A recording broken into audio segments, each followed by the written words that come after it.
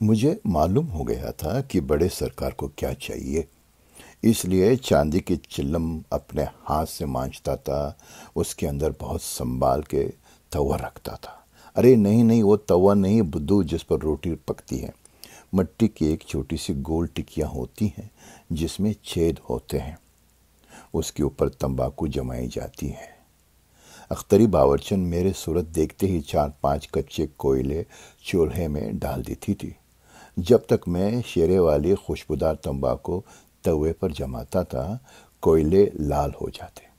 میں بڑی احتیاط سے دہکتے کوئلوں کو تمباکو کے اوپر رکھتا، اور جب تمباکو سے مہک آنے لگتی تو چلم پوش رکھ کے باہر لے جاتا اور پچوان پر رکھ دیتا۔ بڑے سرکار منہ نال ہونٹوں میں دبا کر ایک لمبا کش کھینچتے اور ان کی آنکھیں بتا دی تھی کہ میرے محنت رنگ لائی ہے یا نہیں۔ ارے بھیا، تو کہاں آنکھیں پاڑے گور رہا ہے؟ تو کسی کو پہچان ہی نہیں سکتا؟ یہ سب بہت پہلے کے قصے ہیں۔ لا میں دیکھوں کس کی تصویر ہے۔ یہ 4 بچے جو قالین پر بیٹھے ہیں، ان میں سے یہ جو ٹوپی والا ہے نا، یہ میں ہوں۔ ہاں، پچھلی تصویر سے ذرا الگ دکھائی دے رہا ہوں۔ گالوں کی ابری ہوئی ہڈیاں غائب ہو گئی ہیں، بدن بھی بڑھ گیا ہے۔ تیل لگا کے مانگ نکالنے لگا تھا۔ یہ کونے والے عامر میاں ہیں۔ عمر تو ہم دونوں کی برابر ہی تھی، مگر ان کو جاگیردار کا بیٹا ہونے کا غرور بہت تھا۔ بڑے سرکار نے کبھی غریب کو غریب اور چھوٹے کو چھوٹا نہیں سمجھا، مگر عامر میاں تو ماش کے آٹے کی طرح بات بات پر اینٹ جاتے تھے۔ جب سرکار نے منشی جی سے کہا کہ دلن بھی پڑے گا تو عامر میاں تنگ کر کھڑے ہو گئے تھے۔ یہ ہمارے ساتھ کیسے پڑ سکتا ہے بابا؟ بڑے سرکار نے عامر میاں کے سر پر ہاتھ پھیرا تھا اور کہا تھا، یہ تمہارے ساتھ کیوں نہیں پڑھ سکتا بیٹا؟ تمہارے طرح اس کی بھی 2 آنکھیں ہیں، دیکھ سکتا ہے، کان ہے، سن سکتا ہے، زبان سے بول بھی سکتا ہے، تو پڑھ کیوں نہیں سکتا؟ مگر بابا یہ تو… عامر میاں کچھ کہنا چاہتے تھے، مگر بڑے سرکار نے روک دیا۔ کیا تم اپنے بابا کی بات نہیں مانو گے؟ عامر میاں نے سر جھکا دیا تھا، مگر میں سمجھ گیا تو مجھے چھوڑیں گے نہیں۔ ایک نوکر کے ساتھ بیٹھنا ان کی شان کے خلاف تھا۔ لڑکیاں؟ کون لڑکیاں؟ اوہ اچھا، یہ جو بیچ میں بیٹی ہے، اس میں دائیں طرف والی سلمہ بی بی ہے، بہت نیک تھی، بالکل بڑے سرکار پہ گئی تھی۔ عید کے دن تیلی لے کے بیٹھتی تھی اور ایک ایک کو بلا کے عیدی دیا کرتی تھی، ہر وقت مسکراتی رہتی تھی۔ اور یہ جن کے سامنے کتاب ہے، یہ شہلا بی بی ہے۔ ان کی تو بات ہی مت پوچھو، سب کی لاڈلی تھی، بس ذرا سی ضدی تھی، مگر کسی کو دکھ نہیں پہنچاتی تھی۔ اور یہ جو پڑھا رہے ہیں، ان کا نام منشی دیا نارائن تھا۔ انگریزی، اردو اور حساب پڑھاتے تھے۔ اتنا میٹھا بولتے تھے کہ جی چاہتا تھا بس سنتے جائیں۔ قرآن شریف کے لیے ایک مولوی صاحب بھی آتے تھے۔ ان کی کمر جھک گئی تھی، اس لیے سب ان کو ملا جکو کہا کرتے تھے۔ ہم 4 میں سے سب سے تیز عامر میاں تھے، پھر سلمہ بی بی، شہلا بی بی کا نمبر 3 تھا، اور میرا تو کوئی نمبر ہی نہیں تھا، جی ہی نہیں لگتا تھا پڑھنے میں۔ مگر بڑے سرکار کے ڈر سے ہر سبق کو رٹ لیا کرتا تھا۔ کیا پتا کب کچھ پوچھ بیٹھے اور میں جواب نہ دے سکوں تو کیا ہوگا۔ یہ والی تصویر اس وقت کی ہے جب شہلا بی بی گھوڑے سے گر گئی تھی۔ بڑی اچھی گھوڑ سوار تھی۔ ہماری شہر کی باہر ندی کے کنارے ایک کچی سڑک تھی، اس پر روزانہ سویرے سویرے نکل جاتی تھی۔ جب بریجز پہن کے اور انگریزی ٹوپی لگا کے گھوڑے پر بیٹھتی تو بالکل انگریز معلوم ہوتی تھی۔ مگر ایک دن پتہ نہیں کیسے گھوڑا بدک گیا اور وہ گر پڑی۔ چوٹ تو زیادہ نہیں آئی تھی، مگر انہیں غصہ بہت آیا تھا۔ گھوڑے پہ نہ بیٹھنے کی قسم کھائی، پھر کبھی سواری نہیں کی۔ اور یہ فوٹو اس وقت کی ہے جب عامر میاں نے کرکٹ میں کپ جیتا تھا۔ کیا خوبصورت جوان تھا۔ سنا تھا کالج کی ساری لڑکیاں جان دیتی تھی ان کے اوپر، مگر مزاج کی تیز تھے اور زبان بھی اچھی نہیں تھی، اس لیے بہت سے لوگ پسند نہیں کرتے تھے۔ اور یہ تینوں فوٹو عامر میاں اور سلمہ بی بی کی شادی کی ہے۔ ارے شادی کیا تھی یار، لین دین ہوا تھا، لکھنؤ کے ایک جج تھے، بلا سا نام تھا ان کا، ہاں مرتضی علی۔ ان کی بیٹی عامر میاں کو بھی آئی اور بیٹے کا بیاہ سلمہ بی سے ہوا۔ بس ایک دلہا گیا ایک آیا، مگر کیا دھوم کی شادی تھی میاں، 7 دن تک جشن ہوا تھا۔ ولیمے کی بریانی کھانے گورنر صاحب بھی آئے تھے۔ یہ بیچ میں بڑے سرکار کی برابر وہی تو بیٹھے ہیں، میں کہاں ہوں؟ ٹھیک کہتا ہے، تو مجھے کیا پہچانے گا، تو پیدا ہی نہیں ہوا تھا۔ تیرا باپ ہوتا تو فوراً انگلی رکھ دیتا۔ بڑے سرکار اور دلہا کے پیچھے زربفت کی شیروانی اور اسی کپڑے کی ٹوپی میں جو جوان کڑا ہے وہ میں ہی تو ہوں۔ بڑے سرکار نے صفدر خان ٹیلر ماسٹر سے کہا تھا، ہمارا دلہن بھی دلہا نظر آنا چاہیے۔ لگ رہا ہوں نا دلہا، بس سیرے کی کمی ہے۔ کون سی تصویر؟ اچھا یہ والی۔ یہ فوٹو بڑے سرکار کی آخری تصویر ہے۔ دل کی بیماری لگ گئی تھی، بس سال بھر میں چٹپٹ ہو گئے۔ کیا بات کرتا ہے بھائی، یہ عامر میاں کی دلہن نہیں ہے، یہ شہلا بی بی ہے۔ عامر میاں کی دلہن تو شہلا بی بی کی پاؤں کی دھول بھی نہیں تھی۔ اس تصویر میں وہ دلہن تو اس لیے لگ رہی ہے کہ بھائی کا بیاہ تھا۔ یہ فوٹو میں نے عامر میاں کی تصویروں میں سے چوری کی تھی۔ دیکھ ذرا غور سے دیکھ، لگتا ہے نا جیسے کوئی پرستان کی پری زمین پہ اتر آئی ہو۔ اب بے چوری نہیں کرتا تو کیا کرتا؟ شہلا بی بی کی کوئی اچھی سی تصویر تھی ہی نہیں میرے پاس، اور عامر میاں نے زنانے میں آنا جانا بھی بند کر دیا تھا کہ ان کی بیوی پردہ کرتی تھی۔ ہاں یہ سوال تو برابر ہے، میں نے شہلا بی بی سے ان کی تصویر مانگی کیوں نہیں؟ چوری کرنے کی کیا ضرورت تھی؟ ابے عقل کی دشمن، اتنا تو سوچ کہ ایک نوکر جوان مالکن سے اس کی فوٹو مانگتا تو اس کا کیا مطلب لیا جاتا؟ جوتے مار کے نکال دیا جاتا، جوتے مار کے۔ چپ نہیں ہوا ہوں، یاد کر رہا ہوں، کیا زمانہ تھا، کیا لوگ تھے سب، پتہ نہیں کہاں چلے گئے۔ شہلا بی بی بھائی کی شادی میں دلہن لگ رہی تھی نا۔ لے یہ دیکھ، جب وہ سچ مچ دلہن بنی تھی تو کیسی لگ رہی تھی۔ ان کی بیاہ کی ایک نہیں کئی تصویریں ہیں۔ یہ دیکھ، بڑے سرکار کا پورا خاندان دلہا دلہن کے ساتھ۔ ہاں دلہا دیکھنے میں تو ایسا گبرو جوان تھا کہ دیکھے ہی بنے۔ حیدرآباد کا نوابزادہ تھا، مگر مہا حرامی تھا سالہ۔ ارے اس نے شادی کی بہت پہلے سے ایک لونڈیا پسا کے رکھی تھی۔ شہلا بی بی سے چھپ چھپ کر اس سے ملا کرتا تھا، مگر ایک دن بانڈا پوٹ گیا۔ وہ لڑکی آئی اور شہلا بی بی کو سب کچھ بتا دیا۔ ارے وہ پیٹ سی تھی، پاپ کی پوت کو لے کے کہا جاتی۔ اس نے تو یہاں تک کہہ دیا کہ ڈاکٹری جانچ کرواؤ، پیٹ کا بچہ نوابزادے کا نہ نکلے تو پھانسی چڑھا دینا۔ شہلا بی بی کا دل بہت بڑا تھا، مگر اتنا بڑا بھی نہیں تھا کہ ایک دو کے بحث کو معاف کر دے، جو ایک ساتھ 3 زندگیاں برباد کر رہا تھا۔ میری زندگی نہیں بھائی، مجھے بیچ میں کہاں گھسا رہا ہے۔ تیسری زندگی اس بچے کی تھی جو پیدا ہونے والا تھا۔ تو ہوا یہ کہ شہلا بی نے نوابزادے کو لات ماری اور گھر آ گئی۔ وہ بیچاری یہ سوچ کر آئی تھی کہ میکے میں بھائی ہے، سہارا دے گا، مگر عامر میاں اور ان کی بیوی نے تو غریب کا جینا دوبر کر دیا۔ عامر میاں کہتے تھے مرد 4 بیویاں رکھتے ہیں، اگر وہ ایک اور لے آئی تو کون سا آسمان ٹوٹ پڑے گا۔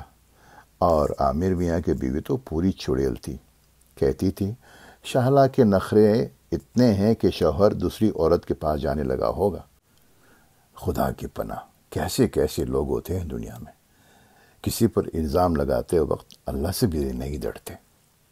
اختری باورچن نے بتایا تھا شہلا بی بی نے گولی کھا کے مر جانے کی کوشش بھی کی تھی، مگر ڈاکٹروں نے بچا لیا۔ جب شہلا بی بی کی شادی ہوئی اور پھر طلاق ہو گئی تو میں دلی میں تھا۔ میں نے الیکٹرک کا کام سیکھ لیا تھا اور قرول باغ میں ایک سردار کی دکان پر کام کرتا تھا۔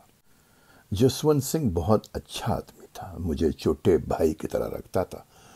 اس کا مال دوسرے شہروں میں بھی جاتا تھا اور میں مال کی ڈیلیوری دینے اکثر باہر جایا کرتا تھا۔ ایک دفعہ میں مال پہنچا کر مراد آباد کے اسٹیشن پر آیا۔ دلی کی گاڑی میں دیر تھی تو پلیٹ فارم پر گھومنے لگا۔ اچانک دیکھا کہ ایک بینچ پر شہلا بی بی بیٹھی ہوئی ہے۔ انہوں نے شال سے خود کو لپیٹ رکھا تھا۔ بس ذرا سا منہ کھلا ہوا تھا، مگر میں تو ان کو لاکھوں میں پہچان سکتا تھا۔ ان کے ساتھ کوئی نہیں تھا، وہ اکیلی تھی، بالکل اکیلی۔ میں ان کے سامنے جا کھڑا ہوا اور میں نے کہا، بی بی آپ یہاں؟ وہ مجھے دیکھ کر اس طرح چونک پڑی جیسے چوری کرتے پکڑی گئی ہو۔ میں نے پوچھا، آپ اکیلی کہاں جا رہی ہیں؟ تو بولی، لکھنؤ جا رہی ہوں۔ میں سمجھ گیا کہ معاملہ کچھ گڑبڑ ہے، کیونکہ لکھنؤ کی ٹرین تو اس پلیٹ فارم پر آتی ہی نہیں تھی۔ میں نے کہا، لکھنؤ کی ٹرین تو 5 نمبر سے جاتی ہیں، ادھر تو دلی کی گاڑی آئے گی۔ شہلا بھی پریشان ہو گئی، پھر سنبھل کر بولی، ہاں میں لکھنؤ نہیں دلی جا رہی ہوں۔ میں بینچ پر ان کے پاس بیٹھ گیا اور میں نے کہا، یہ تو بڑی اچھی بات ہے، میں بھی دلی جا رہا ہوں۔ کہنے لگے، مجھے تیرے ساتھ نہیں جانا ہے، تو جا۔ اختری کی باتیں میرے دماغ میں گھوم رہی تھی، اس لیے میں نے کہا، بی بی جب تک بتائیں گے نہیں کہ کیا بات ہے، میں ادھر سے ہلنے والا نہیں ہوں۔ انہوں نے اونچی آواز میں کہا، دلن مجھے غصہ آ جائے گا۔ میں بھی کہاں ماننے والا تھا، تو غصہ کر لیجئے، مگر یہ بتا دیجئے آپ یہاں اکیلی اس اجنبی شہر کے اسٹیشن پر کیا کر رہی ہیں؟ آپ کے ساتھ کوئی سامان بھی نہیں ہے، آخر کہاں جا رہی ہیں آپ؟ اس دن دوسری بار میں نے ان کی آنکھوں میں آنسو دیکھے، میرا دل کٹ گیا۔ پہلی بار تب دیکھے تھے جب عامر میاں نے ان کی گڑیا چھین کر کنویں میں پھینک دی تھی، اور بڑے سرکار نے ابیب خان کو بلا کے کہا تھا، گاڑی لے کر جاؤ اور شہلا کو جیسی گڑیا چاہیے لے کر آؤ، ہم اپنی بیٹی کی آنکھ میں آنسو نہیں دیکھ سکتے۔ مگر اس دن اسٹیشن کے بینچ پر بیٹھی ہوئی ایک اکیلی شہلا بی کے پاس ایسا کوئی نہیں تھا جو کہتا، ہم تمہاری آنکھوں میں آنسو نہیں دیکھ سکتے۔ میں ضرور کہہ دیتا، مگر مجھ میں جرأت نہیں تھی۔ انہوں نے پلکیں چپکا کر آنسو روکے اور کہا، مجھے نہیں معلوم میں کہاں جا رہی ہوں۔ پتہ نہیں اس وقت مجھ میں اتنی ہمت کہاں سے آ گئی تھی۔ میں نے کہا تھا، مجھے معلوم ہے آپ کہاں جا رہی ہیں، آپ میرے ساتھ میرے گھر جا رہی ہیں۔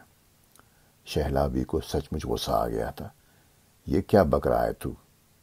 میں نے انہیں ساری بات بتائی کہ میں نوکری کرتا ہوں، میرا اپنا گھر ہے جہاں وہ جب تک چاہیں آرام سے رہ سکتی ہیں۔ وہ بہت دیر تک سوچتی رہی، پھر بولی، تیرے گھر والوں کو بہت پریشانی ہوگی دلن۔ میں ہنس دیا اور میں نے کہا، میرے گھر والوں میں کبوتر کا ایک جوڑا ہے اور اسے کوئی پریشانی نہیں ہوگی۔ وہ بہت دیر تک مجھے دیکھتی رہی، پھر ایک ٹھنڈی سانس لے کر بولی، ٹھیک ہے دلن، چل، میں بھی بھٹکتے بھٹکتے تھک گئی ہوں۔ اس فوٹو میں بی بی حضرت نظام الدین کے درگاہ پر دعا مانگ رہی ہے، یہاں کناٹ پلیس میں گھوم رہی ہے، اور اس فوٹو میں بنگالی مارکیٹ کی چاٹ کھا رہی ہے۔ ابے تو عجیب گامڑ آدمی ہے، اتنا بڑا قطب مینار نہیں دکھائی دے رہا ہے کیا؟ ابے میں قطب صاحب کے لاٹ کو مول لینے توڑی گیا تھا، شہلا بی بی کو دکھانے لے گیا تھا۔ نہیں پردہ نہیں کرتی تھی، مگر کسی ایسی ویسی جگہ جاتی تھی تو چادر ڈال لیا کرتی تھی، ورنہ ان جیسے لاکھوں میں ایک حسینہ کے پیچھے غنڈے نہیں لگ جاتے کیا؟ یہ سارے فوٹو میں نے اپنے کیمرے سے لیے تھے، سیکنڈ ہینڈ تھا مگر اصلی جاپانی تھا، کچھ کرنے کی ضرورت نہیں پڑتی تھی، بس آنکھ کو لگایا اور بٹن دبا دیا، ہو گیا کام۔ میری ساتھ ہی رہتی تھی اور کہاں رہے گی؟ ارے ہاں بھائی، ایک ہی گھر میں۔ ابے کیا بیجا ہل گیا ہے؟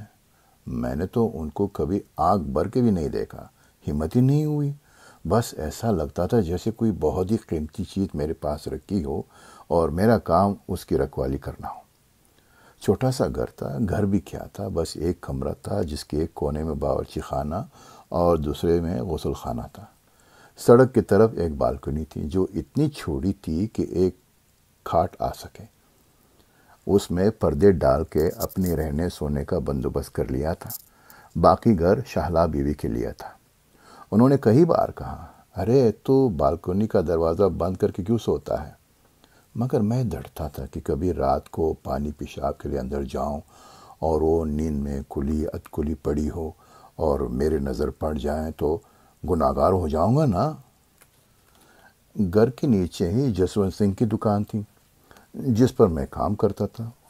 وہ گھر بھی اسی نے دیا تھا۔ اس جیسا نیک سردار تو میں نے ساری دلی میں کہیں نہیں دیکھا۔ کہتا تھا، دلن تو میرا نوکر نہیں ہے، میرا بھائی ہے، بھائی۔ کبھی کبھی اپنے ساتھ گرودوارے لے جاتا تھا لنگر کھلانے کے لیے۔ اس گرودوارے کا کھڑا پرساد تو اب بھی یاد ہے، اصلی گھی میں بنا ہوا سوجی کا میوےدار حلوہ۔ ہاں میں کیا کہہ رہا تھا؟ ہاں تو میں کہہ رہا تھا جسونت سنگھ خود کیا کرتا تھا معلوم ہے؟ گرودوارے میں آنے والوں کی جوتے صاف کر کے لائن سے لگاتا تھا۔ کہتا تھا بڑے ثواب کا کام ہے۔ میں نے بھی محلے کی مسجد کے دروازے پہ نمازیوں کی جوتے صاف کر کے رکھے تھے، مگر جوتے چپل صاف کرنے کے چکر میں نماز نکل گئی تو میں نے کہا یہ اپنے بس کا کام نہیں ہے۔ یہ دیکھ، یہ ہے جسونت سنگھ، اپنی بہن کی شادی میں بنگڑا کر رہا ہے، اور اس فوٹو میں بیوی چائے بنا رہی ہیں۔ ارے انہیں تو پانی بھی ابالنا نہیں آتا تھا، مگر بعد میں روٹی بھی بنانے لگی تھی۔ وقت سب کچھ سکھا دیتا ہے بیٹا۔ ان کی سفید مخمل جیسی انگلیوں پر جلنے کے داغ دیکھ کر بڑی تکلیف ہوتی تھی، مگر کیا کرتا، انہیں روز روز بازار کا کھانا اچھا نہیں لگتا تھا۔ میں نے بہت سی تصویریں کھینچی تھی، صبح سے لے کر شام تک۔ ان کی ایک ایک بات کی، ایک ایک کام کی اور ایک ایک ادا کی تصویریں تھی میرے پاس، مگر ایک دن پتہ نہیں کیا موڈ آیا کہ سب پھاڑ دی۔ کہنے لگے کیا فائدہ ان تصویروں کا، یہ نہ تیرے کام کے ہیں نہ میرے، بس یہ توڑی سے رہ گئے ہیں۔ ابھی اس میں پوچھنے اور بتانے کی کیا بات ہے؟ پیچھے تانا ہے، سامنے حوالدار ہے اور میں ہوں۔ بڑا حرامی افسر تھا اس تانے کا، بات ہی نہیں سنتا تھا، اور ہاتھ تو خدا کی قسم ہتھوڑا تھا، ایک ہی رپٹ میں داڑھ نکل گئی تھی میری۔ ارے نہیں بھیا، چوری ڈکیٹے کا مقدمہ نہیں تھا، اغوا کا کیس تھا، لونڈیا کو زبردستی اٹھا کر لانے کا۔ اور کون کرے گا؟ وہی میرے ہمدرد عامر میاں۔ پولیس میں رپورٹ لکھا دی کہ میں نے شہلا بی بی کو اغوا کر لیا ہے۔ ذرا سوچ، کیا کسی غلام کی اتنی جرت ہو سکتی ہے کہ وہ اپنی ملکوں کو لے کے بھاگے؟ مگر پولیس کو تو تم جانتے ہی ہو، نہ دیکھتی ہے نہ سوچتی ہے، بس سنتی ہے۔ کسی نے کہا چور چور، اور وہ ڈنڈا لے کر دوڑے۔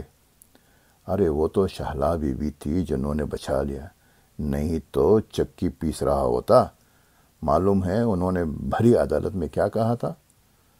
انہوں نے کہا تھا، جج صاحب میں پڑھی لکھی ہوں، بالغ ہوں، اپنا اچھا برا سمجھتی ہوں، مجھے کسی نے اغوا نہیں کیا، میں اپنی مرضی سے اس کے ساتھ آئی ہوں اور اپنی خوشی سے اس کے ساتھ رہتی ہوں، مجھے کوئی قانون نہیں روک سکتا، کیونکہ دلدار حسین میرا شوہر ہے۔ ارے بھیا پوچھ مت کیا ہوا، عدالت میں بم ہی تو پڑ گیا۔ عامر میاں کی صورت تو دیکھنے کی تھی، ایسے لال ہو رہے تھے جیسے گلال لگ گیا ہو۔ میں تو چکرا ہی گیا تھا۔ ارے باتیں چکرانے والی تھی۔ میں نے پوچھا، بی بی یہ آپ نے کیا کیا؟ کہنے لگی، تو کیا تجھے جیل جانے دی تھی؟ میں نے کہا، مگر وہ شوہر والی بات کہنے کی کیا ضرورت تھی؟ بولی، وہ تو بھائی جان کو جلانے کے لیے کہی تھی۔ پھر ہنس کر پوچھا، اچھا اگر میں کہوں تو کیا تم مجھ سے بیاہ نہیں کرے گا؟ میں تو ٹھنڈا ہی پڑ گیا، بولتی ہی بند ہو گئی۔ بڑی مشکل سے پوچھا، بیوی یہ کیا کہہ رہے ہیں آپ؟ بہت دیر تک میرے آنکھوں میں دیکھتی رہی، اللہ جانے کیا سوچ رہی تھی۔ پھر مسکرا کے کہا، گھبرا مت، مذاق کر رہی تھی۔ میرا ان کا رشتہ کیا تھا؟ ہاں یہ سوال تو میں نے 1000 دفعہ خود سے بھی پوچھا ہے، مگر جواب نہیں ملا۔ بس یوں سمجھ لے کہ انوکھا رشتہ تھا۔ ٹہرے پانی کے اندر چاند اترا ہوا دکھائی دیتا ہے، مگر وہاں ہوتا نہیں ہے۔ یہ تینوں فوٹو جسونت سنگھ کی بیٹی کی بیاہ کے ہیں۔ شہلا بی بی کو جسونت بہن کہتا تھا نا، اس لیے 4 دن پہلے ہی اپنے گھر لے گیا تھا، اور انہوں نے بھی بہن ہونے کا حق ادا کر دیا۔ دلہن کے جوڑے سینے سے لے کر سہاگ گانے تک کوئی کام ایسا نہیں تھا جس میں وہ آگے آگے نہ ہو۔ ببلی جب رخصت ہوئی تو دروازے پہ کھڑے ہو کر بابل ایسا گایا کہ دلہا والوں کی بھی آنسو نکل پڑے۔ وہ خود بھی ایسی رو رہی تھی جیسے اپنی بیٹی کو بدائی دے رہی ہوں۔ عورت چاہے کوئی بھی ہو، کیسے بھی ہو میاں، اس کے دل میں دو ارمان ضرور ہوتے ہیں۔ پہلا کسی مرد کی چھاتی پر سر رکھنے کا، اور دوسرا اپنی اولاد کو چھاتی سے لگانے کا۔ ممتا کوک کے قیدی نہیں ہوتے بیٹا۔ کیا ہوا؟ البم کیوں بند کر دیا؟ او اچھا، ہاں شاید وہی آخری تصویریں تھی۔ جب تصویر والی ہی نہ رہی تو تصویر کہاں سے ہوگی؟ نہیں، ان کا انتقال نہیں ہوا۔ انتقال تو بڑا اچھا لفظ ہے۔ اس کا مطلب ہوتا ہے ایک جگہ سے دوسری جگہ جانا، مگر شہلا بی بی کہیں نہیں گئی۔ وہ کہیں جانا بھی نہیں چاہتی تھی، مگر انہیں زبردستی بھیج دیا گیا۔ میں جسونت سنگھ کے کام سے میرٹھ گیا تھا، واپس آیا اور دروازہ کھولا تو لاش پڑی تھی۔ بدن پر گھاؤ ہی گھاؤ تھے، مگر آنکھیں کھلی ہوئی تھی۔ شاید وہ میری راہ دیکھ رہی تھی۔ وہ ہر شام میری راہ دیکھتی تھی اور دیر ہو جاتی تو ڈانٹتی بھی تھی۔ اس دن انہوں نے کچھ نہیں کہا، یہ بھی ان کی عادت تھی۔ ہاں بیٹا، وہ سب کچھ ہوا جو ہوتا ہے۔ پولیس کتے بھی لے کر آئی، مگر کوئی نہیں پکڑا گیا۔ پولیس نے یہ بول کو کیس بند کر دیا کہ چوری کی واردات ہے، کیونکہ شہلا بی بی کے ہاتھ کے کنگن اور کانوں کی بالیاں غائب تھی۔ میں نے لاکھ سر پٹکا کہ اگر چور آئے تھے تو وہ زیور کیوں چھوڑ گئے جو الماری میں سامنے رکھا تھا، مگر کسی نے نہیں سنی، یا شاید سن کے انسنی کر دی۔ یہ کہاوت جھوٹی ہے بھیا کہ قانون کے ہاتھ لمبے ہوتے ہیں۔ اگر لمبے ہوتے تو اس کی گردن تک ضرور پہنچتے، جس نے شاید اپنے باپ دادا کی عزت کو ایک بیشتی کی بیٹے کے ہاتھوں لٹنے سے بچا لیا تھا۔ ایک آخری تصویر رہ گئی ہے، وہ بھی دیکھ لے۔ ابے اس پرانی البم میں نہیں ہے، وہ سامنے دیوار پر لگی ہے۔ ہاں، یہ شہلا بی بی کے مزار کی فوٹو ہے۔ اپنے ہاتھ سے سفید پتھر لگائے تھے میں نے، اور یہ جوہی کی جاڑیاں بھی میں نے ہی بوئی تھی، جن سے چھوٹے چھوٹے سفید پھول قبر پر گرتے رہتے ہیں۔ انہیں سفید رنگ بہت پسند تھا نا، اور قبر کے برابر چبوترے پر جو جگہ خالی ہے وہ میری ہے۔ میں نے بینک سے ادھار لے کے 1,00,000 روپے میں خریدی ہے۔ ابے تجھے کیا ہو گیا؟ تو کیوں آنکھیں چلکا رہا ہے؟ میں کوئی پیار محبت کی کہانی تھوڑی سنا رہا تھا۔ میں تو بس یہ بتا رہا تھا کہ ایک شہلا بی بی تھی اور ایک ان کا نوکر تھا۔